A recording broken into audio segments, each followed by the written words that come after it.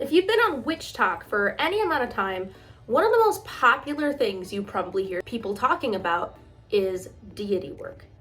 But there's not a lot of explanation as to what it really is. At least it seems that way, because whenever I talk about it, I get flooded with questions about it. And as I'm trying to bring my YouTube channel back from the dead, again, I want to start making some more videos about my deities. But before I do that, I thought doing a whole video on Deity Work 101 was the way to go.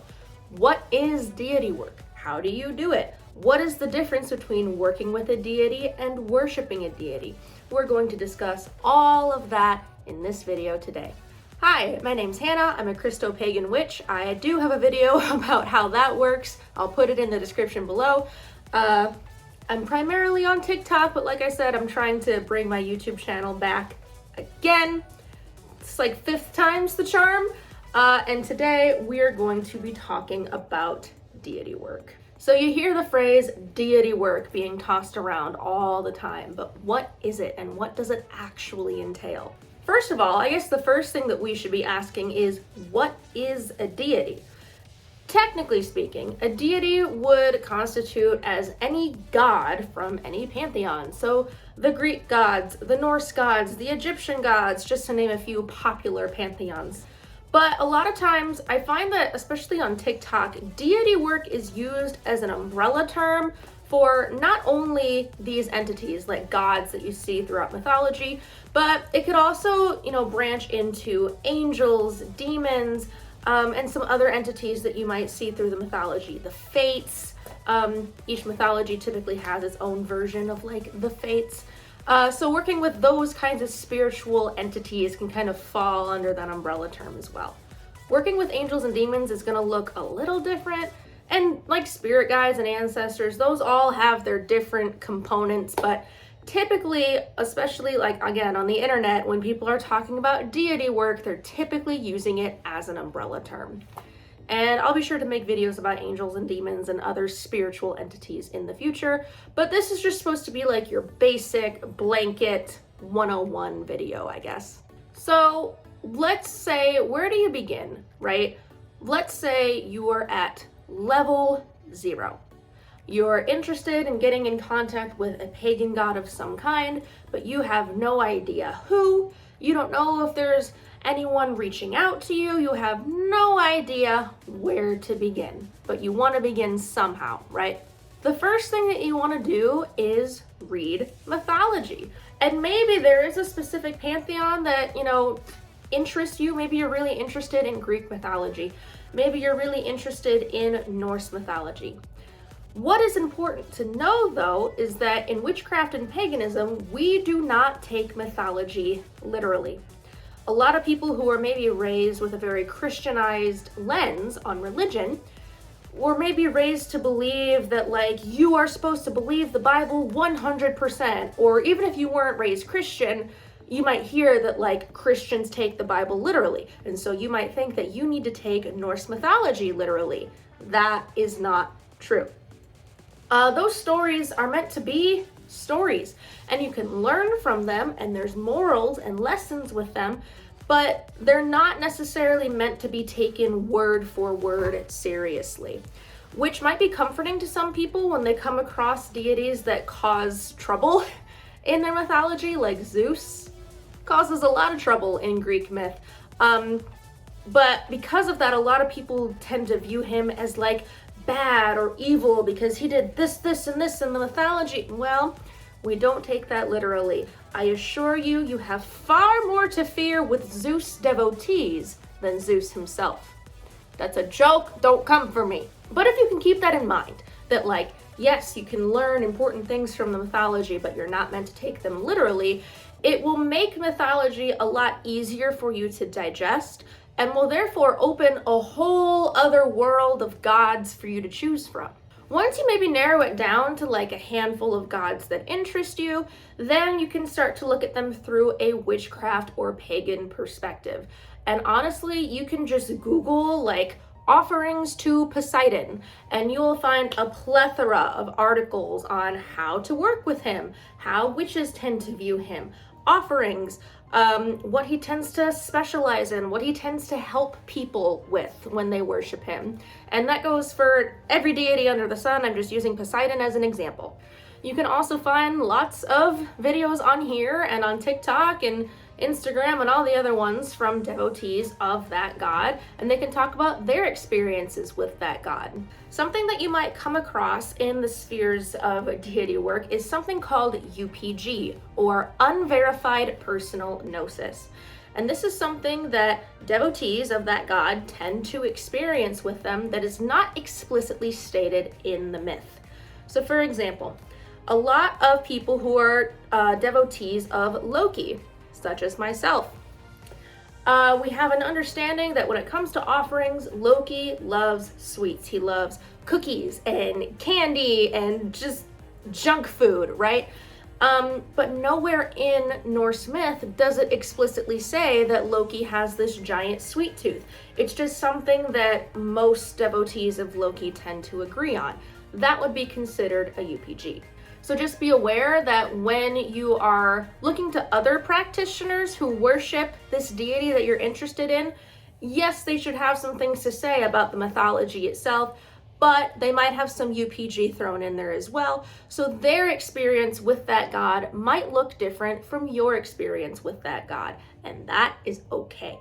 So let's say you've done the research, you've read a little bit of the mythology, you have a basic idea of what this god is like, you've done some research and listening to some other practitioners and their views and how you can work with this deity, and you're thinking, okay, this is the one, I'm ready to dive in. What do you do? What you might want to do is do what we call petitioning the deity, which is basically asking them, hey, do you want to come be in my space? Do you want to come hang out with me? You want to come work with me? Typically to do this, you want to set up some kind of altar space within reason. It might look a little bit different if you're in the broom closet, how much space you have, whatever. Even if you're just using a bookshelf or your nightstand or a shoebox, whatever you have available is fine. And typically people will light a candle. It can be big or small. Even battery operated candles if you live in a space where you can't have fire, and present the deity with an offering. And again, when you do your research, you'll learn what kind of offerings your deities like. In fact, I did an entire podcast on how to give offerings to your deity, and I will link that in the description as well. Maybe I'll even do a video in the future where I petition a deity, and you can kind of get an idea of what petitioning a deity is like and how you might typically go about doing that. So let me know if that's something that you guys would be interested in. But basically, you set up a little space for them, let them know that they are welcome in your space. And then you might want to use some kind of divination like tarot cards, a pendulum board, maybe runes if you're looking at a Norse deity, or some other kind of divination that may have been specific to the pantheon that you're looking at. And you basically just want to start asking questions. First thing you might want to ask is, hey, am I talking to you, Hecate, or whatever deity it is that you're trying to get in touch with? You want to make sure it's them. And that, that might look like knowing what tarot cards are associated with that deity, or what runes are associated with that deity, kind of thing. Once you have confirmation that, okay, you have this deity in your space, then you can start asking questions in that, would you be okay with working with me? Would you be okay with me worshiping you? Is there anything specific that you want to teach me? What can I expect from my journey with you, kind of thing. Bean! That is a really great way to, like I said, just get in touch with a deity and jumpstart your journey with them. And we'll talk about what the rest of that journey might look like later on in the video. But I really quickly want to discuss, sometimes people have the feeling that a specific deity is reaching out to them. They get the feeling that there is this presence that is following them, that is with them, but they aren't sure what to do with it or who it might be. What do you do in that case? One of the best things that you can do, again, is divination. There are lots of tarot spreads that you can find online to figure out, who is the deity that is reaching out to you. You can do simple yes or no questions like with osteomancy or bone throws. Or I think they even sell like yes or no coins. You can like flip the coin, you can use a pendulum board. There's lots of different things that you can do. If you think it's a Norse deity, you can shake up a bag of runes and pull the rune and see what deity that rune is associated with, and then do further research to see if, everything is kind of matching up. There's also lots of readers on the internet, such as myself, that do deity identification readings as part of their services. So you can ask a reader to figure out who's reaching out to you. There's also usually signs that various deities are reaching out to you. And I did a podcast on this as well. I'll have to link that in the description as well. Or I talked a little bit about deity work versus worship there as well. But there, you might be receiving signs from a deity. It's important to know though that, especially like on TikTok, when you get like signs that a deity is reaching out to you, it's a lot of the same symptoms of like various mental illnesses. So like practical before the magical, let's be going to therapy, remember to take our meds kind of thing.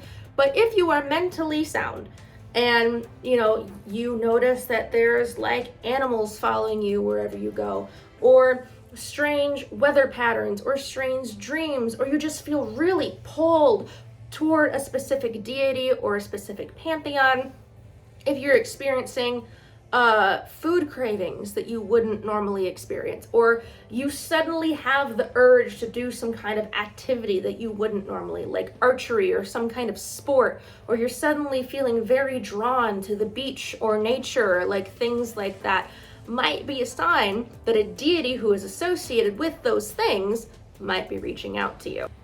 Oh, we have a kitten! Come here, baby! Come here. This is Coco. She made her way into my room. Can you say hello? I love her so much. All right, I'm gonna let her go play. Go on, honey. We always need a little kitten break, right? So once you figure out who your deity is, either they're reaching out to you and you're like, okay, yes, I'm ready, or you did a petition, you reached out to a deity, and they were like, okay, yes, I'm down to work with you. What do you do from there? This is where we get into the nuances between worship and work, because they are two different things. If you are brand new to this, and really even if you're used to doing deity work, but you have like a new deity in your space, most practitioners recommend worshiping them first before you really start to work with them. And the reason why that is worship is like acts of devotion, giving them offerings, saying prayers to them. It's actually what people think deity work is, but it's not. Like I said, praying to them, giving them offerings, praise, spending time with them, learning about them, studying them, and maybe asking them for help with small things like help me pass my driver's test tomorrow, or, just little things like that. But deity work is a little bit more complex. Can you guys see Coco running around? Stop chewing the bubble wrap. That's not for you, honey. Deity work is a little bit more complex because they're going to be working with you on things that are fundamentally wrong in your life. Things that are maybe toxic about you that need to be worked on. For example, I am a people pleaser, and Loki is helping me with that.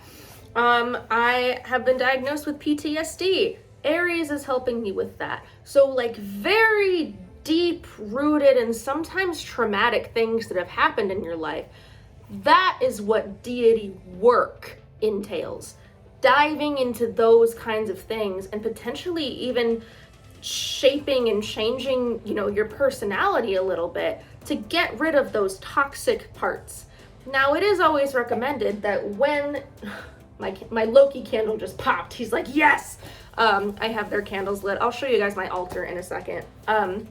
But as I was saying, when diving deep into deity work, like I've been describing with things like I'm a people pleaser and have PTSD kind of thing, it's always recommended that we do the practical mental health things as well. I am in therapy. And my therapist is totally on board with like the spiritual stuff. I think her daughter is a witch as well. She's really cool. But we still dive deep into the practical things as well. I have seen psychiatrists at various points in my life. I've been on medication on various points in my life. I'm not anymore, but I was just at a place in my life where I didn't need it anymore. So you need to balance the practical and the magical and not just be diving into these potentially traumatic things without help from a mental health professional if you can afford to access that. I don't know where Coco went. We're just gonna pray that she's somewhere. If you can afford a mental health professional, always do practical mental health stuff as well. And when you're working with a deity, you're probably going to be worshiping them as well. And really, in fact, you should. So that is why we say start off with worship so you get an idea of what that looks like. And then by the time you're ready to dive into the work, because it is work, you'll already have a handle on what worship looks like. Now, how often do you give your deities offerings? What does that look like? If you're not within the means to give your deities an offering every day, I'd say at least once a week, or whenever they help you with something. So if you are asking your deity to help you with a spell, or if something really great happens in your life and you just kind of, know that your deity helped with that. Maybe you do some divination and be like, hey, this really amazing thing just happened. Did you have anything to do with this? And you get a yes kind of thing. Then maybe give them an offering of thanks. And I can do a whole other video about offerings sometime, but like I said, I'll link the podcast that I did about this as well. Offerings can be really simple things like water, or praying to them and saying thank you, watching videos about your deity, little like snacks and things like that, making a playlist in dedication to your deity and listening to that playlist. I have playlists for all of my deities that my patrons on Patreon have access to. So if you would like to have access to those playlists as well, make sure you join my Patreon, which can be found in the description below. I'm so used to saying link in my bio, so that's gonna be an adjustment. So now that we've talked a little bit about what deity work and worship can look like, again, this is just very bare bones, like deity work 101, right? Like very simple.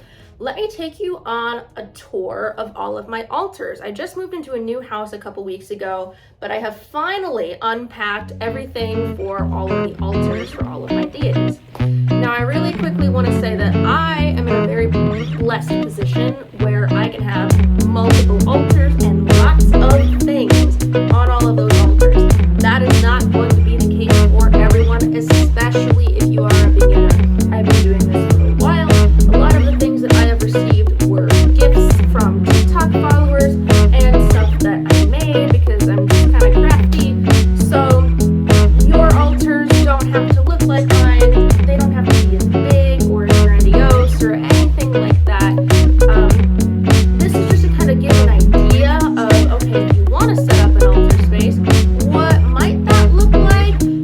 What does it look like to give offerings to a deity?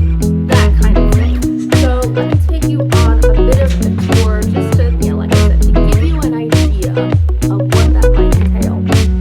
I had a coffee mug next to me this whole time because I was going to say, here's the tea in my intro, and I totally didn't do that. But here's my Christian witch coffee mug, except when you get it, the logo will be on both sides. And that can also be found in the link in my description on my store. So today is Thursday, which is the day that I honor Loki and Hal. And on the other half of the altar, we have Kratos, but he is not going to be a permanent deity in my practice. He will be leaving. We've kind of agreed, like, I will keep him here until his candle burns down, and then he's going to be done. And I'll make another video about what to do when he leaves your space and things like that, because I know that that's a question that people have as well. Maybe I'll make that video once I get to that point. Once his stuff is kind of cleared out, I will be expanding this and making this more like but in the meantime, let's take a look at what I've got for him so far. So I wasn't working with Hel originally. She just kind of wanted a candle, and she would send me spiders if I didn't give her a candle. So I gave her a candle just to stop the spiders because I am terrified of spiders. But this is mostly Loki symbolism. Again, we'll get some more Hell symbolism when that time comes. But Hell's candle is the blue one, Loki's candle is the black one. I have a cinnamon stick in there, as you can see. And this is all just Loki symbolism. We have his statue. We have the silly string because, of course, some herb mixes that people have made me for him. This is a stack of rune cards that my dad got me. So let me show you. Like, instead of a bag of runes, of course, I don't have them organized in the way that I want. No! You pull a card, and it's a rune, and you can do divination with them in that way. I also bought a Loki-themed mystery box from an Etsy seller a while back and got a couple things with that. So like this little bin rune of his symbol. I got this from one of my local metaphysical shops. Some crystals that he likes. Again, I bought another like crystal mystery box themed around Loki. This pendulum because it's sparkly and Loki likes sparkly things. And these little like fox and snakes figurines because those are animals that he is associated with. So just like decorations and pretty things, some stickers are all things that you can put on an altar space to honor your deity if you'd like. Loki is also associated with foxes, so I have my fox bones for my bone readings here as well. These were all ethically sourced, but she kind of hangs out here with him as well. Here we have the Cernunnos side of the altar, which all of this is so messy. I should have tied it up a little bit before filming. But we have his candle, we have a goblet because he usually just wants water as an offering in my experience. Some crystals. I'm really into devotional jewelry. So like when the camera was facing me, you could see I was wearing my Loki prayer beads. So I have a few pieces of devotional jewelry for all of my deities. And because Cernunnos is the god of the wild things, I just tried to have like nature-y things for him as well. Also, for all of my deities, I have oils that are really similar to the custom oils that I sell on my shop. Actually, I make them in the exact same way. I just don't have stickers on these. So if you want one of these, link in the description. But I have oils for them that I can put on my skin or in their candles, just another devotional tool for them. So yeah, just little trinkets and decorations.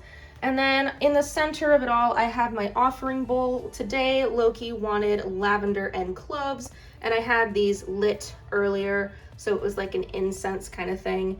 And I had a bag of chips here earlier as well, but that was earlier in the day. So now we're just going with the herbs, and we'll just have those sitting there until tomorrow. We have another kitten! It's Garbanzo! Here, hang on. Before we get to Aries' altar, say hello, buddy. Oh, he's my little man. You made it upstairs all by yourself. Oh, this is the first time he's wandered in here. I love you so much. Okay, I have my ring light on Aries' altar to give us a little bit of better lighting. As you can see, again, more devotional jewelry. That's kind of all over the place. But I have his candle. I have some stuff for Aphrodite because he loves her. The sloth is kind of an inside joke because one time on his old candle, he made the wax melt in a way that looked like a sloth. He's not associated with sloths in the mythology, but I just had this and thought it would be funny to put it there because of the time that he did that. Again, just some trinkets, some herbs, some crystals that he's associated with. I have a little statue of him, and it's like surrounded in seashells, so it's like he's surrounded by Aphrodite.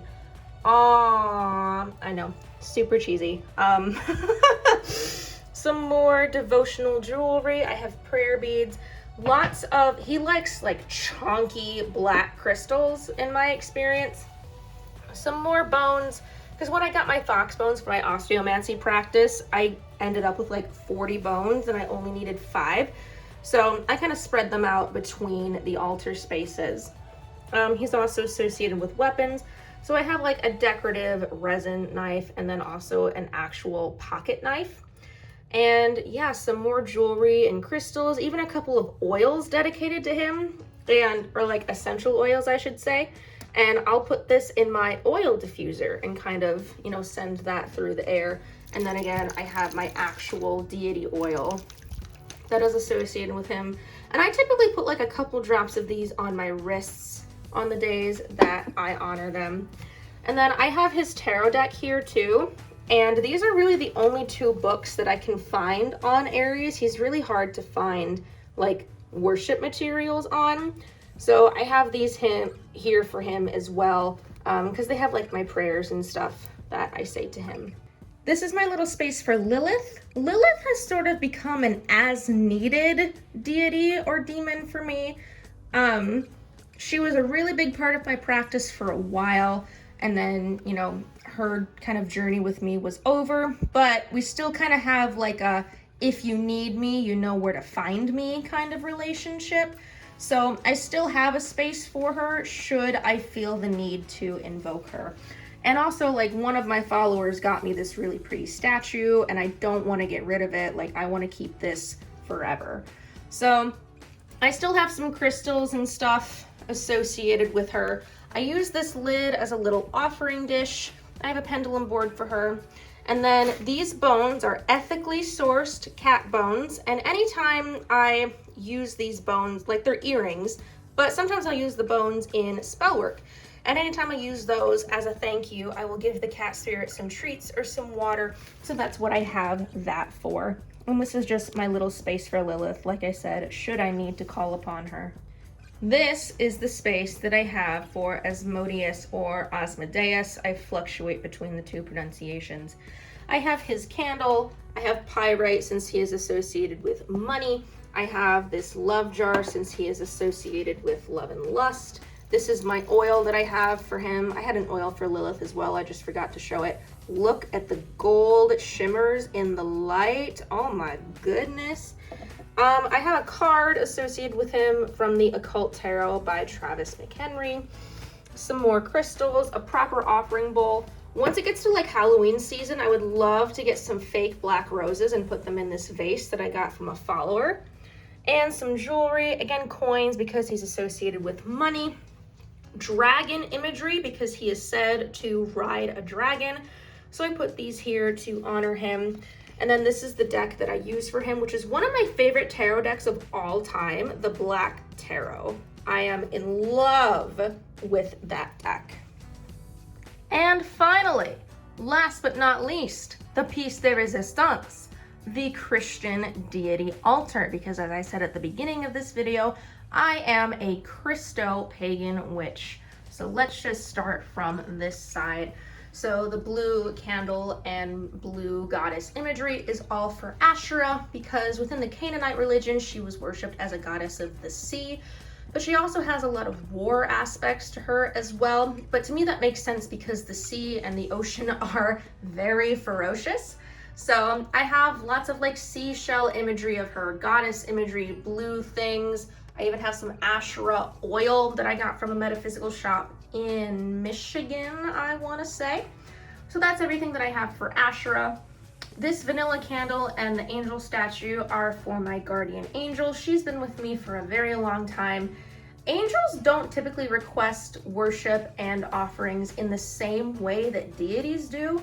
So that's why I would kind of like to make a video about angel magic going into the future. In the center, I understand that this is a statue of Jesus, but I use it to represent like God the Father, or as I call him, Jehovah. The red candle is for him. He has some crystals and that red jasper pendulum. This bowl is kind of shared by everyone. I have these lapis lazuli earrings that I wear to honor him. And this cinnamon stick I will burn and use as like a cleansing stick. And I typically honor all 4 of them on Fridays. The green over here is for the goddess Sophia, who is the feminine embodiment of the Holy Spirit. Some people worship Sophia and Asherah as the same goddess. I worship them as separate goddesses, and maybe I can do another video about that in the future, about like the nuances between them. But again, jewelry, crystals, and oils, that's kind of my thing when it comes to showing my devotion to these gods. And finally, we have Jesus or Yeshua. And I think I did a tour of my old Christian deity altar in my Christian witchcraft video, but that was in the last place, so I wanted to give like an updated, like what it looks like now kind of thing. Tons of jewelry on his statue, tons of crystals, and a little oil there as well. And you definitely don't need an altar in order to be a good devotee to your deities. Some people just like to have them because it gives you a focal point of where to direct your prayers to, and also just like a specific place in your home dedicated to that deity and a place to give them offerings. For some people, that just makes it easier for them to have something to focus on, but it's not something you necessarily have to have in your practice. But I hope that that gave you a better idea of things that you can have in your possession to honor your deity, things that they might like.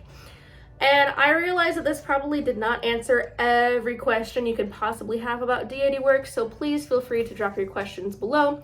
But I have talked about similar things to this before, so I will drop some podcasts that I have done on this subject in the description below. If you enjoyed this video, make sure you subscribe to my channel to see more videos like it. I also have a store. Where did the coffee mug go? Here it is, where you can get this Christian witch coffee mug. I also have coffee mugs for Loki. I sell custom deity candles, beginner witch kits, and lots of other witchy supplies to help you along your witchy journey. If you're not following me on TikTok already, you should, because that's where the bulk of my audience is.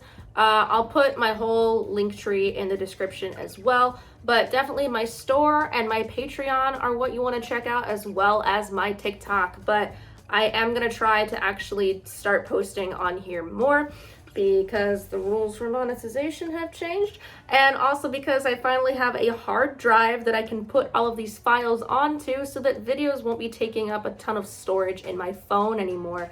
So lots of things happening that are going to make my life easier and make it easier to post long form content on here for you guys. So let me know what you want to see. I don't know how often I'm going to post on here. I'd like to do something where Patreon people will see videos before I post them on here. I know I've said that before. I'm working on it. But yeah, everything in the description below. And I will see you guys next time with whatever video I come up with. Bye.